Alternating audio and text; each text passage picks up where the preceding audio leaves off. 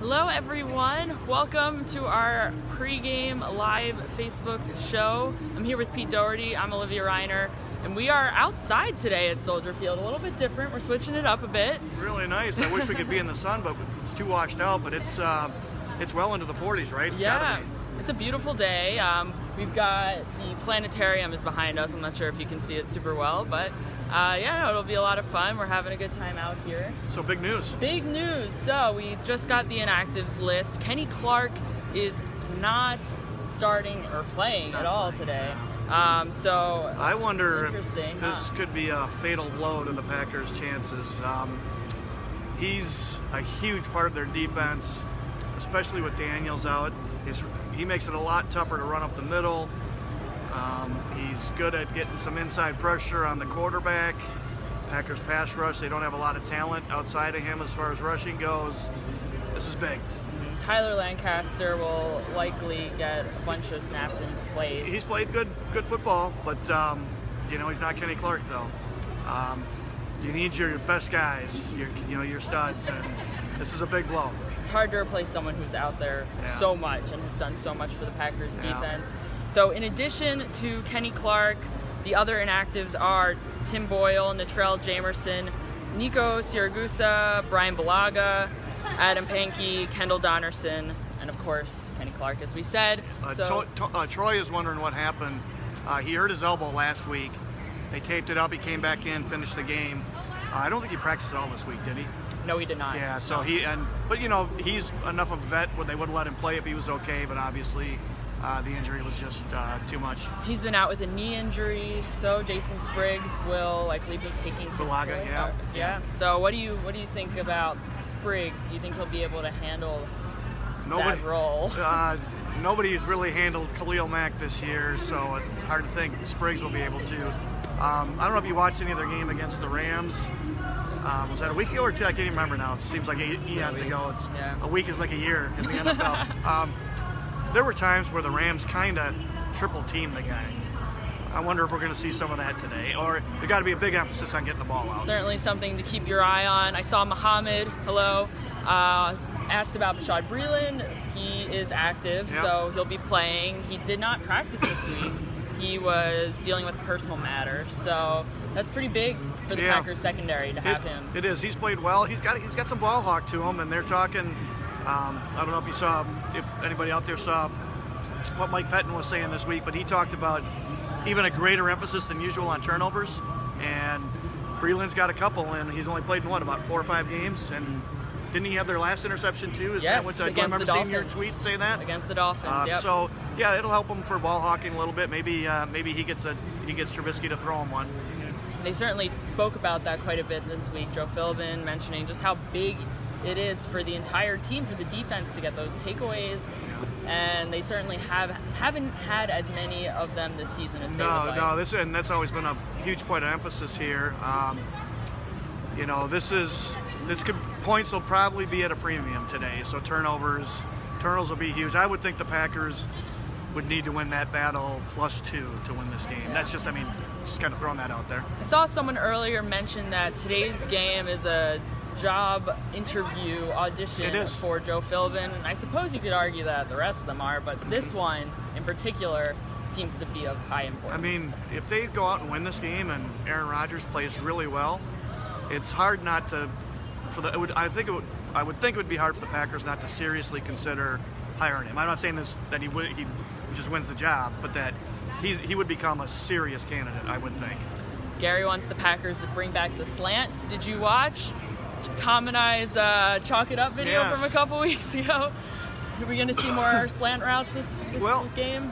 We saw one early last week, a hot read. It was like watching the Packers 2011, 2012 was to Randall Cobb. I think it was on that first series, that touchdown drive. So it does seem like Philbin, that kind of suggested he's inclined to go back to more of that. He certainly shuttled the personnel in and out of the game like they did in 10, 11, and 12. So yeah, maybe we'll see more of that. I'm kind of thinking so, but we've thought a lot of things and they don't materialize in the field this season, so we'll see. How are you feeling about the game today, about the Packers' chances of getting a win? Kenny Clark being out, man, I could end up being all wet, and maybe they play a great game, but I think that's really big. I had picked them to lose anyway, so I think this is kind of the clincher. But that's why they play them on the field and not on paper. Yeah, right. It's could be the first time in a while that they lose at Soldier Field. 8 games that they've won here at Soldier Field, and this season the Bears are not who they were in the past. They're not. And I did a radio interview this week, and somebody asked, is this bigger game for the Packers or Bears? Because the Packers win, all of a sudden the playoffs isn't such a pipe dream. But I still think it's bigger for the Bears, because they could. I know Trubisky is up and down at quarterback, but they're a legitimate Super Bowl contender. And this is the team, they're playing the team that's been kicking them around more often than not for 25 years. This is just a big game for Chicago, I think. I saw our standard Mark Ingram predicts an upset by the Green Bay Packers. Oh, Mark. I've seen a couple people. There's some optimists out there. You're not alone. Don't worry about that. Of course, we always get some comments talking about Aaron Jones. A lot of people want to see Aaron Jones being fed the ball more often. Is today the game we see Aaron Jones get 20 touches? Is that even possible? I'm sorry, we may have missed it, but the great Aaron Nagler, I think, may have shown up. That's what people are saying. Welcome. So if you are there, Aaron, it's always an honor and a privilege to have you, sir. Yes. I'm sorry I interrupted you. No, have fun. Yes, in the comments, have fun interacting. Be nice, everyone. Yes, be nice. Always. Be nice, please. But Aaron Jones, last game he had, 17 touches? Which was, I think, tied his record for the season. Yeah. I would assume he stays around there. You got to think Jamal Williams is played quite a bit today just because of his blocking ability. Oh yeah, for sure. And what was the snap different? Like, what was it, 42 or something like that for Jones and 24 for Williams? It was somewhere in there last week. So Philbin seems to want to play Williams more than McCarthy did, but he still, at least last week, ended up getting the same amount of touches for Jones. No. Yeah, Todd has some great memories at Soldier Field. Aaron Rodgers was speaking about his memories. The game I remember best. Were you alive in 1994? No. That's right. Of course you weren't.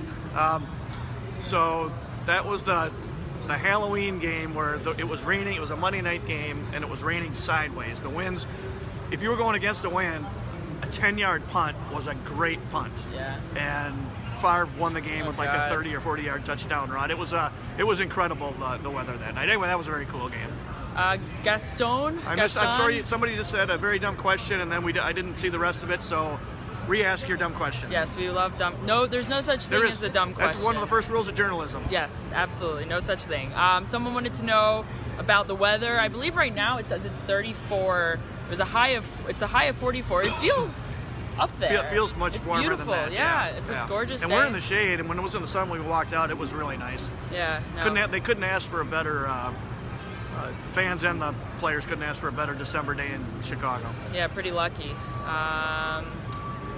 GIF wants to know how we'll do without Kenny Clark. We touched on this a little bit already. It's not the same not having him out there. Like we said, Tyler Lancaster has had a good season so far as someone who was unsigned, undrafted. Yeah. And but it's different not having Kenny Clark out there. I don't think it's going to be the same. He's the closest thing they have. He's a difference maker. And I just saw that Eddie Jackson's playing for the Chicago Bears, which is also big because, I guess I'd have to go through the list, but I think if you're ranking their best defensive players, he's got to be top 4, I would think. Anyway, he's a good player. He makes a lot of turnover plays for them. So that's good news for the Chicago Bears. Mohammed has a good question. Do you blitz Mitch Trubisky a lot today? These games where they go against young quarterbacks, same thing with Capers. It's different. Some games they'll blitz them like crazy. Other games they hardly blitz at all. I would think you at least show a lot to confuse them on third downs. How Pettin likes to bring everybody up to the line of scrimmage. I would think we'll see a lot of that today. Whether he actually sends guys or not, I don't know. I would think you want anything to get that guy to make a mistake, because he'll throw some balls up for grabs. He'll give you some chances at interceptions. Jason is predicting that Clay Matthews is going to have an interception today. How have you felt about his performance this season? I feel like he's improved. Yeah, last couple of weeks he's been a little more impactful. Somebody just mentioned putting him in the middle for this game to help with the run defense. That's not a stupid suggestion, because it was the Bears game in 2014, halfway through the season, where their run defense was just getting killed, and they moved. It was the Bears against the Packers in Green Bay. They moved Matthews to the middle, and at their run defense, the second half of the season, their defense gave up a touchdown less per game, which is a lot in the NFL. That's a lot, and it was because Matthews, they put him in the middle, and he played the run well. He was very disruptive. So. Something to watch for to see if they do put him in the middle some. Yes, Kevin predicting 4 passing touchdowns. That's for a lot. Rodgers. 28 points. If they scored 28, they should win this game. Do you think they're even? I didn't even think they were going to get. What score did you pick? I already forget. They definitely didn't break 30 points. I think I had 24-17. I think. Yeah. Yeah. Yeah. They're asking what the right side of the line will do. I mean, they're going to have to double Mac. A lot, most of the time, right? Yeah. And I swear the Rams, there was a couple snaps, they showed the replays. The Rams had 3 guys on the guy. Yeah, I would think they would line up a tight end over there. Yeah, Lewis, whoever, at minimum chip or double. Game plan to get the ball out fast. I would think all of those things would be part of it. You know, when they played in the opener, Mac had missed all camp. And I don't know why the Bears played him so much. I bet he played at least 80% of the snaps that game, and he kind of dominated the first half and disappeared the second. I'm sure he ran out of gas. That's not going to happen today. The guy's in game shape now. So 80%. He played 80%. I'm guessing. Wow, I don't know that, but he played a lot.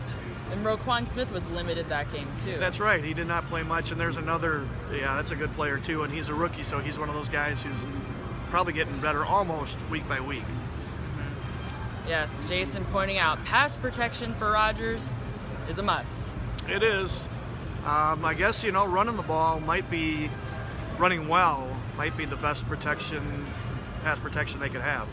They've been speaking a lot this season about getting the run game going early, and I assume that's something that they would want to do. Bad field out here too. I wonder if Williams gets more touches than usual, because he's probably he's kind of a made for bad weather running back. Yeah, Oren Burks. Lloyd has been asking about Oren Burks if he's active. He's active. Yes. We haven't been seeing a whole lot of him this season. No, just special teams. He played early, and then they got him out of there, so he was obviously making too many mistakes. Nice. We're going to take a few more questions, you guys, before we have to head up to the press box. Thankfully, we're not too far from the press box. We're at a nice little overhang. This is beautiful. Cool. We might just stay here. We might not leave. It's a great view of the lake and everything here. So Gary fantastic. thinks Aaron Jones is going to go for over 100. I'm assuming rushing yards. Yeah, today. that would bode well for the Packers' chance. I mean, if he has a 100-yard game, probably a decent chance the Packers win the game. I just don't think he's going to get there. He's approaching that 1,000-yard mark. It's kind of far off. Yeah. It's questionable whether or not he'll get there. I think he'd have to average somewhere around 90 yards a game or something to get there for the rest of the season.